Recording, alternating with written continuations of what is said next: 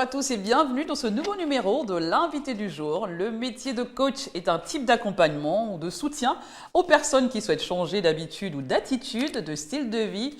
Notre invitée, Diane Mombaud, accompagne justement les femmes et les hommes à retrouver confiance en eux en dépassant leurs limites ou blocages liés à leurs complexes, leur éducation, leur milieu social, pour s'accomplir professionnellement et même s'épanouir dans leur vie. Bonjour Diane Mombaud. Bonjour Sabrina. Merci d'avoir accepté notre invitation sur ce plateau de Gabon 24. Merci à la chaîne Gabon 24 pour l'invitation. Très bien. Alors, depuis quelques années en Afrique, le coaching a pris beaucoup d'ampleur. On parle d'une explosion, d'un boom de coach. C'est quoi le coaching pour vous? Alors, pour parler simplement, le coaching est un accompagnement personnalisé pour aider soit un groupe de personnes, soit une personne individuellement à améliorer ses compétences. Très bien. Alors, à quoi il sert finalement? C'est révéler le potentiel? À quoi il sert finalement? Alors, il va falloir que je trouve les mots simples pour que tout le monde puisse comprendre. Oui. Je vais vous prendre un exemple. Alors, tout le monde connaît une sage-femme. Oui. La sage-femme, elle ne tombe pas enceinte à votre place. Très bien. C'est vous qui concevez votre enfant. La sage-femme, elle ne porte pas votre enfant pendant 9 mois. Vous le portez vous-même. La sage-femme, elle n'accouche pas à votre place. Elle vous guide, elle vous aide, elle vous met en confiance pour pouvoir mettre au monde un enfant sain. C'est le rôle du coach. Alors, il est nécessaire, important d'être formé pour devenir coach? Alors, pour devenir coach, vous n'avez pas besoin de diplôme, mais vous avez besoin d'être formé. Vous avez différentes formations. Vous pouvez faire une formation en psychologie qui va beaucoup vous aider, une formation d'aide relationnelle. Vous avez la formation en PNL, la programmation neurolinguistique. Toutes ces différentes formations vous permettront d'avoir une expertise avérée dans votre domaine. Très bien. Alors, c'est un métier assez contesté aujourd'hui. Il y a des personnes qui s'improvisent coach un matin. Qui est coach, qui ne l'est pas?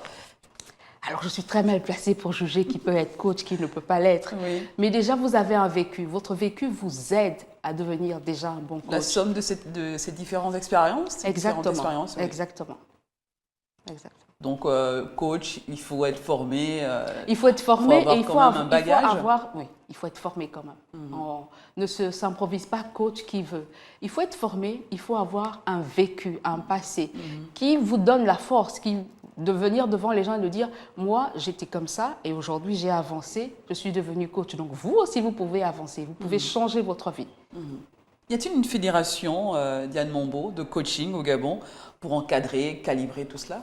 Au Gabon, non. Pour l'instant, il n'y a pas de fédération de coach. Est-ce que c'est un peu dommage aussi pour autant de coachs qu'il y a aujourd'hui, qu'on voit, qu'on observe un peu partout? C'est très dommage pour le Gabon. Bon, déjà, il faut dire que mon beau pays, le Gabon, est assez particulier. Généralement, les gens ont du mal à accepter lorsque ça vient de l'extérieur et à minimiser les compétences des personnes qui sont en face d'elles. Donc, il faut déjà que les gens comprennent que le coach a son rôle à jouer dans la société. Donc, il faut l'accepter. C'est vrai qu'il ne faut pas aller chez n'importe qui, mais vous avez le droit et le devoir de demander quelles sont les références du coach avant de vous lancer avec lui. Alors, qui dit coach, dit développement personnel. Quelle est votre vision du développement personnel? Vous savez, le développement personnel est un processus qui dure toute la vie. On ne cesse pas de faire du développement tous les jours. Donc, c'est le moyen le plus sûr parce que vous devez vous évaluer à chaque fois que vous avancez dans la vie. Même si vous tombez, vous allez vous relever et avancer. Donc, le développement personnel est plus que nécessaire. Diane Mombaud, quelle est la différence entre un coaching et une thérapie? Qu'est-ce que le coaching ne fait pas et qu'est-ce que le coaching fait? Alors, il y a une grosse différence quand même. Alors, pour parler du coaching, c'est un accompagnement d'un individu ou d'un groupe de personnes. Alors, la thérapie ou encore le thérapeute est un soignant. Donc, il y a une différence. Le soignant, lui, il a des patients. Et son domaine, c'est de trouver la cause. Pourquoi tel mal? Le coach, c'est de travailler sur le comment. Comment atteindre une autonomie ou comment retrouver la confiance en soi. Il vous arrive d'animer des ateliers, de former des personnes justement pour aider ces gens à définir leur projet de vie ou à les réaliser. Quelles sont vos méthodes? Quelles sont les grandes étapes du processus pour arriver de partir d'un point A, arriver à un point Z chez quelqu'un? Comment vous faites? Racontez-nous. Alors, c'est vrai, il m'arrive quotidiennement d'organiser des ateliers de formation. Pas plus tard que la semaine dernière, j'ai organisé un atelier de formation qui était, on va dire, entre griffes, l'atelier d'ouverture à l'école que je viens d'ouvrir, qui est l'école des femmes de savoir. Et la première motivation, c'est d'abord vous. C'est vous qui devez savoir d'où vous venez et où vous voulez aller. Parce que même moi, en tant que coach, si vous n'avez pas envie de changer votre vie, moi, je ne peux rien faire. Justement, il faut une prise de conscience aussi. Il faut une prise de conscience. Alors, votre accompagnement est axé sur quoi? Vous vous basez sur quoi lors d'une séance? Sur le besoin du coaché. C'est lui qui doit savoir ce qu'il veut modifier dans sa vie. Donc, nous axons nos séances en fonction de ce que vous voulez changer dans votre vie. Est-ce que c'est sur le plan professionnel? Est-ce que c'est sur le plan personnel? Donc, nous travaillons en fonction de ce que vous voulez modifier.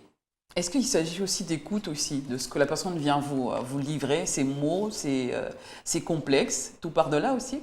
C'est d'abord l'écoute. Un bon coach, c'est quelqu'un qui doit pouvoir écouter.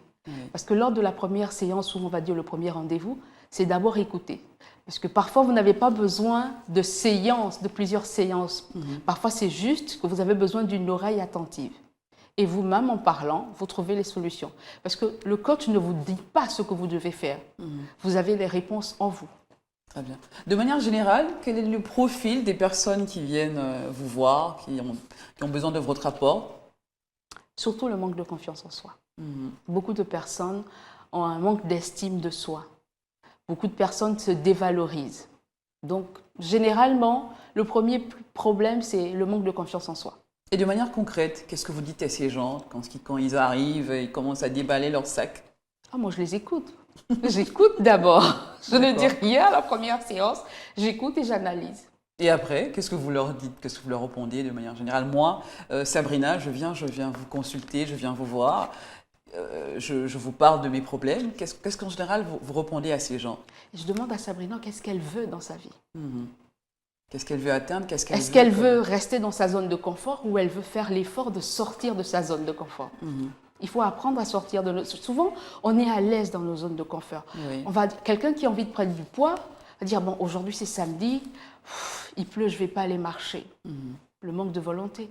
Moi, même si je vous dis, vous devez vous lever à 6 heures du matin pour aller marcher, je ne dors pas avec vous.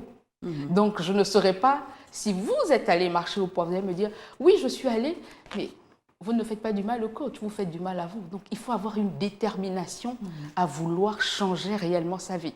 Très bien. Alors, c'est une responsabilité quand même, être coach, coacher un individu, arriver justement à le faire sortir de sa zone de confort. C'est une responsabilité quand même que vous assumez à chaque fois.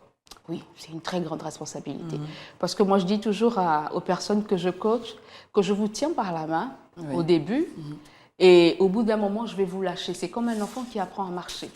Vous le tenez par la main, il commence à faire 1 pas, 2 pas, 3 pas, il tombe. Vous l'aidez à se relever, mais après, vous le lâchez. Alors, de manière générale, on cherche tous à s'épanouir, hein, c'est dit.